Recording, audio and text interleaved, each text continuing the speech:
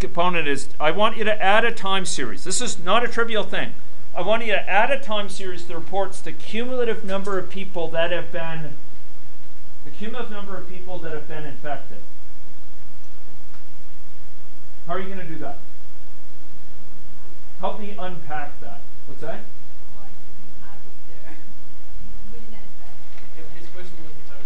No, actually, I don't have it there. Actually, Bahare, it's actually not in this model right now. I have a time series of something else, but it's not that. I don't have a cumulative number being infected right now. The name is different, but the formula is the same. I don't think so.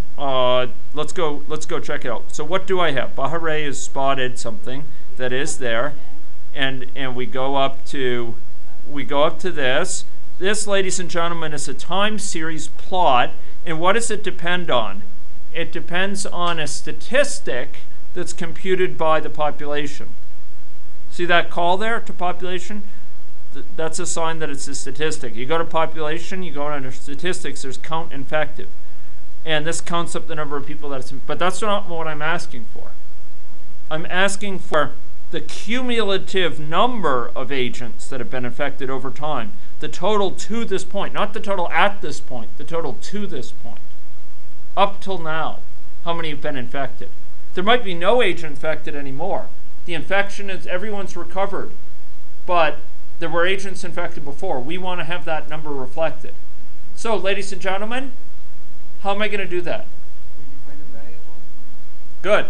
And at each point, the value that we have, we know that in the current position they are infected, will be added to this value. Okay. So at each time unit, we'll keep on adding in the current number that are infected. Would that give you the total number of infections over time? What will it give you? It will give you something very meaningful and something of great interest. So, okay, so suppose there was one agent infected in the entire model operation, and they stay infected for 10 time units. Maybe it's the initial one to which you sent that message. And that infected that agent, and they stay infected for 10 time units. That would total that up, and it will get the value of what? 10. So that's actually not the number of people that's infected, but it's something of great interest. It's the cumulative number of infection days. Days spent infected. And in the health sciences, we'll often quantify things like person years of infection or person years of diabetes, that over the past 10 years or something like that. So that is of interest, but it's not the quantity we're interested in. We're interested in the number of people who have gotten infected. So if there's one person gets infected, even if they stay infected for 10 years, it'll still be just one. So how are we going to do that? If we calculate them when they change their position, their state to infection, we can calculate them, each person, we have a plus, but this is a problem even now. One person may be infected several times. We calculate several. Okay, so good. You'd have to, excellent. You're making my definition more crisp. Suppose I want the cumulative number of infections. Okay. Good point. Right now, can an individual be infected more than once? Okay. So for our model, you can assume that this is the same. Our model where recovery is permanent, right? You can assume that this is the same as the number of infections, the cumulative count of infections that have ever taken place. Okay? So Farhad's concerns perhaps have been lifted somewhat. So Farhad, I like your idea. So let's go operationalize that. Ladies and gentlemen, do you want to state your idea again, Farhad? Or should I state it? I can state it, but maybe you need to paraphrase it. again. Oh, okay. Uh-huh. If, for example, sometimes I am interested in the, we have a population. I want to know how many of this population Yep.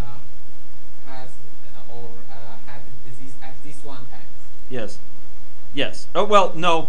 Here we're going to be specifying how many people, how many infection events have occurred. Yeah, this is different. Okay, yeah. In a way that I said, I think Yeah. we need another parameter Yeah. for each person. Right. That remembers Yeah, whether they were ever infected before. Yeah.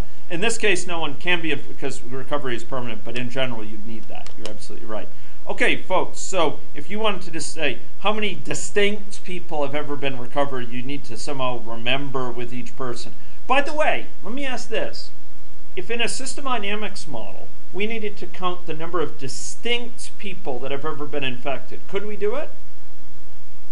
Suppose we had an SIRS model where people go around and, so in a system dynamics model,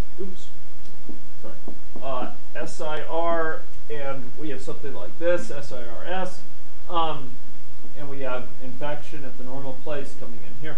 Can we count the cumulative number of infections within this model?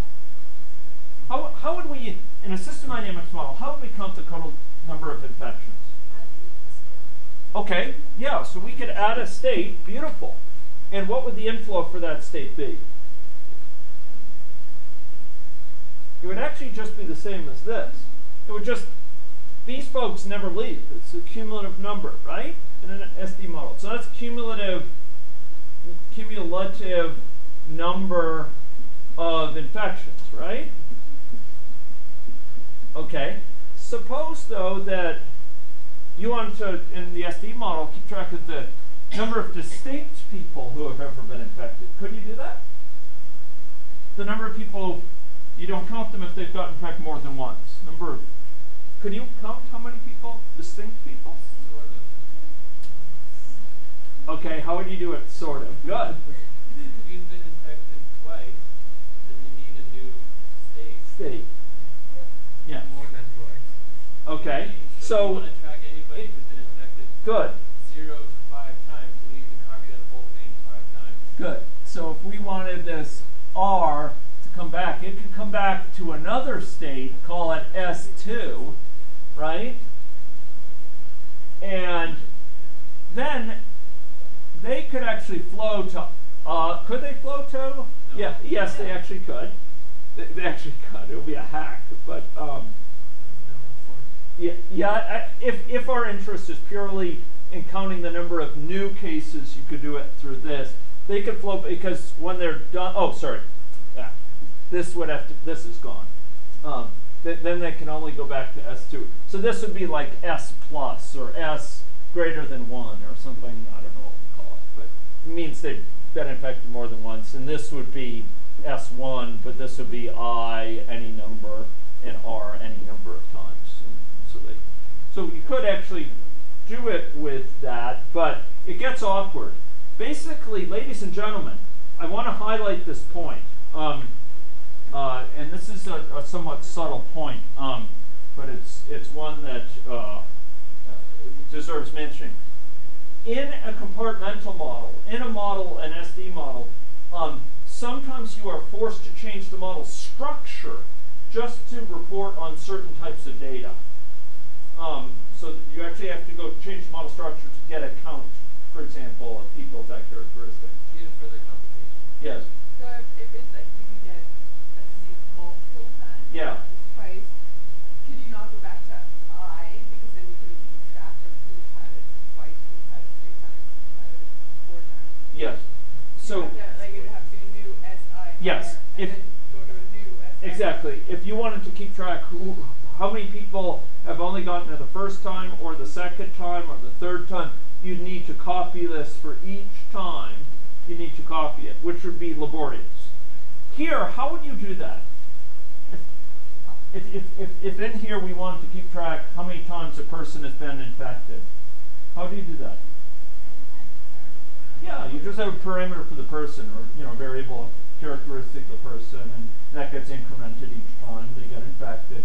In fact, you can keep a record of when they got infected last, stuff. So it's actually quite a bit more flexible in that regard. Okay. So, ladies and gentlemen, how are we going then to keep track of the cumulative number of people that have gotten infected? Sorry? Okay, the entry action to infectious, that's good. That's good. Yep, we could do it there. We could do it this transition. Then do what here? Good. Good. Okay, so where does that variable live? Why in main? Yeah, it's not a variable about this particular person. It's a variable about the whole population. So, folks, this is weird. I've gotten, so I'm doing all the work. You're just sitting there, kind of watching me work. Okay, I'll do it, but I'm only going to do it if you're going to do it too. Could you send it till here? Sorry? Because we got lost before, so if you just send the file again till here. Okay. But you mean for like trapping them in that space? Yeah, that's that. Okay. Do you need me to send it via Instagram? Yeah, Instagram is the best option. Okay. Well, I'm afraid I'm unable to deliver on that, but I could send it through a technique known as email. Okay. So let's go. Let's go do this. Okay, so example models, communication mobility model. Okay, communication mobility model. Okay, where? Oh gosh. It's innate models. Okay. There we go. Okay. And I'll send it out to the group. Okay, but you folks should be able to start some work towards this new little exercise. Okay. So CMPT. Okay, so updated mobility model, right? And there we go. Okay. Great. So it's sent out to you. So now you folks should be able to start work on this. So where are we going to go? We're going to go create a variable in the main, right? A variable, and that variable is going to be called cumulative infection count. So, sorry?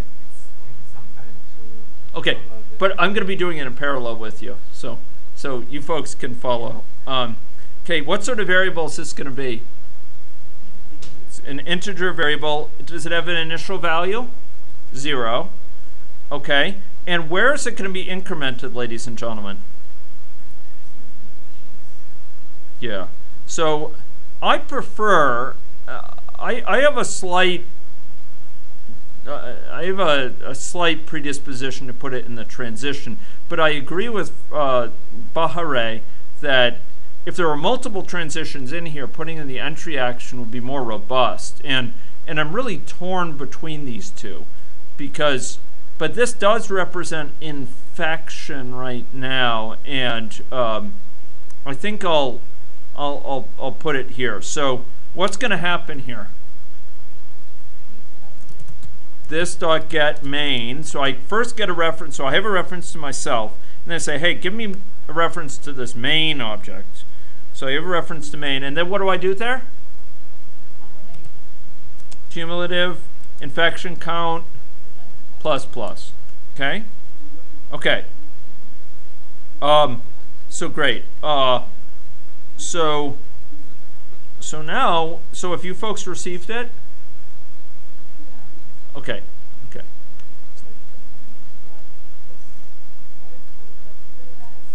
Oh, okay. You want to see the code? Okay.